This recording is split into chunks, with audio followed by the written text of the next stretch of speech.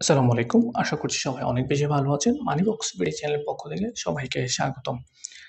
আজকে আমরা আলোচনা করব এক্সিম ব্যাংকের এফডিএ নিয়ে। এক্সিম ব্যাংক হচ্ছে একটি বেসরকারি ব্যাংক। তফসিলি যেই ৬১টি রয়েছে তার মধ্যে যে বেসরকারি বাণিজ্যিক ব্যাংক রয়েছে তার মধ্যে এক্সিম ব্যাংক অন্যতম। গ্রাহক সেবার মধ্য দিয়ে ভালো একটি অবস্থানে রয়েছে এই এক্সিম ব্যাংক এবং এক্সিম ব্যাংকের যারা গ্রাহক রয়েছেন, নতুনভাবে যারা এক্সিম ব্যাংকের সাথে যুক্ত হতে চাচ্ছেন, বিনিয়োগ করতে যাচ্ছেন, তাদের জন্য আজকের ভিডিও। প্রথমে আমরা দেখব মেয়াদকাল। মেয়াদকাল হচ্ছে ১ মাস, ৩ মাস, ৬ মাস, ১ বছর, ২ বছর, ৩ বছর। এই মেয়াদকালগুলোতে আপনারা চাইলে এফডিআর গুলো করতে পারবেন এক্সিম ব্যাংকে। এখন আমরা দেখব মুনাফার হার। সেই মুনাফার হার হচ্ছে ৪%। ১ মাস মেয়াদে, ৩ মাস মেয়াদেরটা হচ্ছে ৯.৫০%, ৬ মাস মেয়াদে হচ্ছে ৯.৫০%, ১ বছর মেয়াদে এফডিআর গুলো হচ্ছে ১০.৫০%, ২ বছর মেয়াদে যে এফডিআর রয়েছে সেটি হচ্ছে ১১.৫০%, ৩ বছর মেয়াদে যে এফডিআর রয়েছে সেটি হচ্ছে ১২%।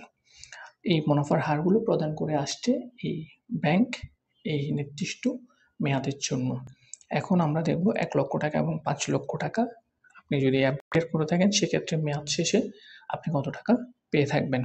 এবং এখানে আরেকটা বিষয় হচ্ছে আপনারা শুধুমাত্র মুনাফার হার দেখে, মুনাফার টাকাটা দেখেই লাফ দিয়ে উঠবেন না, বিনিয়োগ করে বসবেন না। কারণ এই মুনাফা থেকে, যে লভ্যাংশ থেকে কিন্তু আপনার আয়কর কর্তন করা হবে। সেক্ষেত্রে হচ্ছে আপনি যদি রিটার্ন স্লিপ এবং টিন সার্টিফিকেট দিতে পারেন সেক্ষেত্রে ১০%, অন্যথায় কিন্তু ১৫% ট্যাক্স কর্তন করবে সরকার নির্দেশিত। তাই তাই হচ্ছে আপনি যে মুনাফার হার দেখতে পাচ্ছেন সেই মুনাফার হারের যে টাকাটা বের হয় সেখান থেকে কিন্তু আপনি মাইনাস দিবেন হচ্ছে 10% or 15%, যেটা আপনার আয়কর আসে।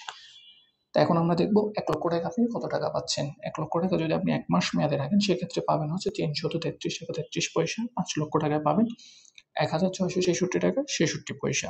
৩ মাস মেয়াদে যদি আপনি রাখেন ৯.৫০% মুনাফা হারে ২,৩৭৫ টাকা পাবেন ১ লক্ষ টাকায়। ৫ লক্ষ টাকা পাবেন হচ্ছে ১১,৮৭৫ টাকা। এখন ৬ মাস মেয়াদে যদি আপনি রাখেন সেক্ষেত্রে ৯.৫০% মুনাফা হারে পাবেন হচ্ছে ১ লক্ষ টাকায় ৪,৭৫০ টাকা। ৫ লক্ষ টাকা পাবেন হচ্ছে ২৩,৭৫০ টাকা। ১ বছর মেয়াদে যে এফডিআর রয়েছে সেটিতে হচ্ছে ১০.৫০% মুনাফা হারে ১ লক্ষ টাকায় পাবেন হচ্ছে ১০,৫০০ টাকা। ৫ লক্ষ টাকায় পাবেন হচ্ছে ৫২,৫০০ টাকা। ২ বছর মেয়াদে যে এফডিআর রয়েছে সেটিতে হচ্ছে ১১.৫০% মুনাফা হারে ১ লক্ষ টাকায় পাবেন হচ্ছে ২৩,০০০ টাকা। ৫ লক্ষ টাকা পাবেন হচ্ছে ১,১,১,১৫,০০০ টাকা। ৩ বছর মেয়াদে যে এফডিআর রয়েছে সর্বশেষ ১২% মুনাফা হারে ১ লক্ষ টাকায় পাবেন হচ্ছে মেয়াদ শেষে ৩৬,০০০ টাকা এবং সর্বশেষ ৫ লক্ষ টাকায় পাবেন হচ্ছে ১,৮০,০০০ টাকা। আমরা এখানে প্রথমে মেয়াদকাল দেখিয়েছি, তারপর হচ্ছে মুনাফার হার নিয়ে বলেছি এবং হচ্ছে ১ লক্ষ এবং ৫ লক্ষ টাকা আপনি মেয়াদ শেষে কত টাকা পাবেন সেটিও দেখেছি। এখন আপনার যদি টাকার পরিমাণ আরও বেশি হয় সেক্ষেত্রে আপনি ৫ লক্ষ এবং ১ লক্ষ টাকার সাথে যেই মুনাফাগুলো বের করেছি সেটার সাথে আপনি গুণ দিয়ে নিলে আপনার মূল টাকাটা বের হয়ে যাবে। আর এখান থেকে আপনাকে ওটি যেটা ভিডিওর মাঝখানে আমরা বলেছি, আলোচনা করেছি, সেটি হচ্ছে রিটার্ন স্লিপ, টিন সার্টিফিকেট থাকলে আপনার কাছে হচ্ছে ১০%, অন্যথায় আপনার ১৫% আয়কর কর্তন করা হবে। এখন একটা বিষয় হচ্ছে এই ব্যাংকগুলো এখন বর্তমানে যেই নগদ অর্থের ক্রাইসিস দেখা দিয়েছে সেটি আসলে সাময়িক। এটি নিয়ে প্যানিক হওয়ার কোনো কিছু নেই। যদি পরিচালনা পর্ষদ এবং মালিক পরিবর্তন হয় সেক্ষেত্রে কিন্তু আমানতকারীদের উপর কোনো ধরনের ইফেক্ট আসবে না। এখন যেই সমস্যাটা তৈরি হয়েছে সেটি হচ্ছে সাময়িক। এখন এই বিনিয়োগটা যদি আপনি করতে চান সেক্ষেত্রে আপনাকে আপনার নিকটস্থ এক্সিম ব্যাংকের শাখায় গিয়ে একটি সেভিংস অ্যাকাউন্ট এবং হচ্ছে এই বিনিয়োগের জন্য পর্যাপ্ত ডকুমেন্টস এবং বিনিয়োগের যে পরিমাণ টাকা আপনি জমা রাখবেন সেটি নিয়ে যেতে হবে। সেক্ষেত্রে কাগজপত্রের ক্ষেত্রে আপনার লাগবে হচ্ছে এনআইডি কার্ড, লাইসেন্স অথবা পাসপোর্ট সাইজের পাসপোর্টের ফটোকপি, নমিনি এবং হচ্ছে অ্যাকাউন্ট হোল্ডার দুজনেরই।